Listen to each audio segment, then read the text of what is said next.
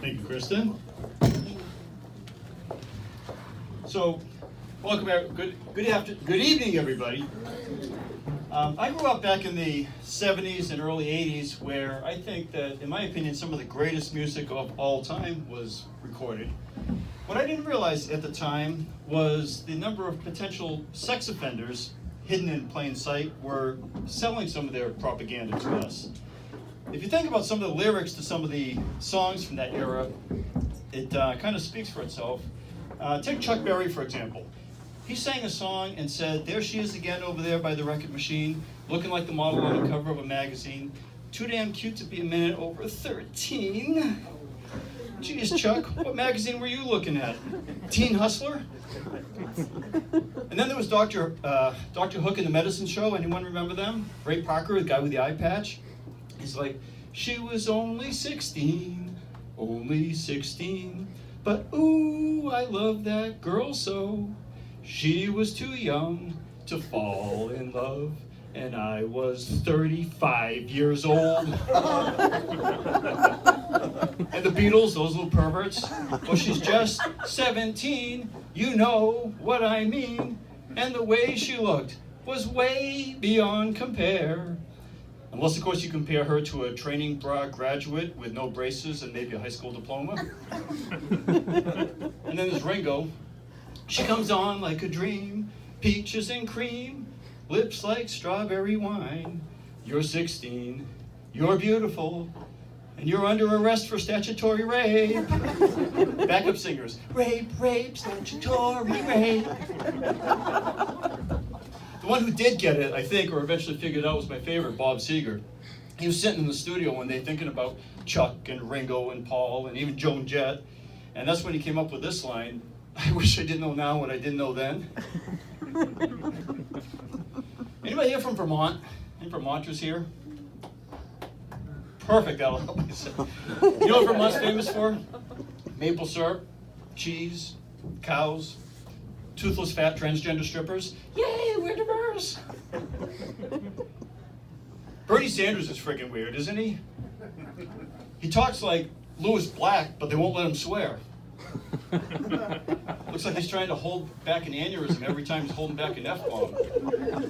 He's like, "President Trump and the Republicans are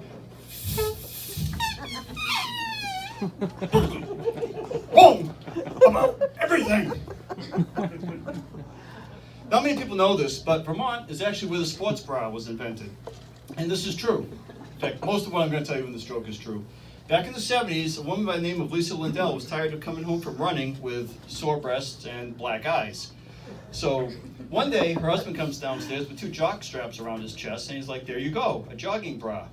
And so it was born.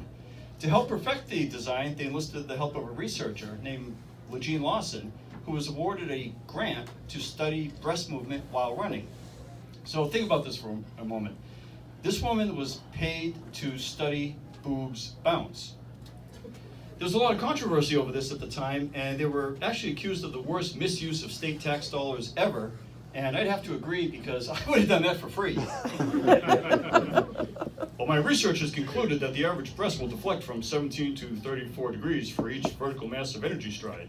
So, therefore, I think that if you mash them against her chest, like a mummified pharaoh, they won't move." I was also able to conclude from my studies that all nipples are freaking awesome. There was another product that was inspired by the Vermont Booby Study, and that was the bobblehead doll. Anybody here other than me been married more than once? Anyone? Yeah. How many times? Twice? Do you not like owning stuff? We're so naive when we're young, aren't we? I married my practice wife back in the mid-'80s, and I thought she had everything I was looking for in a woman at the time. A pulse. Back in the day, she used to wear these short shorts that said "juicy" across the back. I saw her a couple of weeks ago. She was wearing these baggy sweats that said "kind of dry" in the same spot.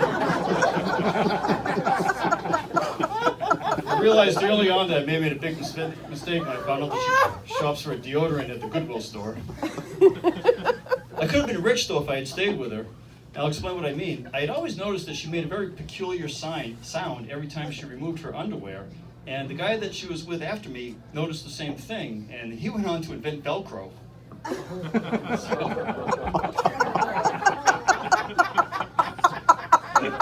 That one didn't work out, and I'll tell you what happened. It all started over a misunderstanding. We just bought a brand new mattress, one of those Sealy Posturepedic king-size memory foam deals. And the first night we climbed into it, she was like, "Oh, Rick, it's so big and soft." And I may have taken that the wrong way, so I lashed out. I said, "You know what? It does feel kind of wide, and it smells like it's emitting a poisonous gas. Maybe we should let it air out for a couple of days before we climb back in." Then I told her our new mattress stinks too. We tried to make the divorce as quick and simple as possible, and I even thanked her at the end for doing her part in that. And she said, given the circumstances, it was the least she could do. I tried it again about a decade later, and this time we were in our late 20s and in our prime. I mean, she was all perky and curvy, and I was all, employed. That one's worked out great. There's nothing better than new wife smell. We've been together over 20 years now, and I still feel like I'm married to a trophy wife. Hold that thought. It's actually more like a participation trophy at this point. She participates in letting me have sex.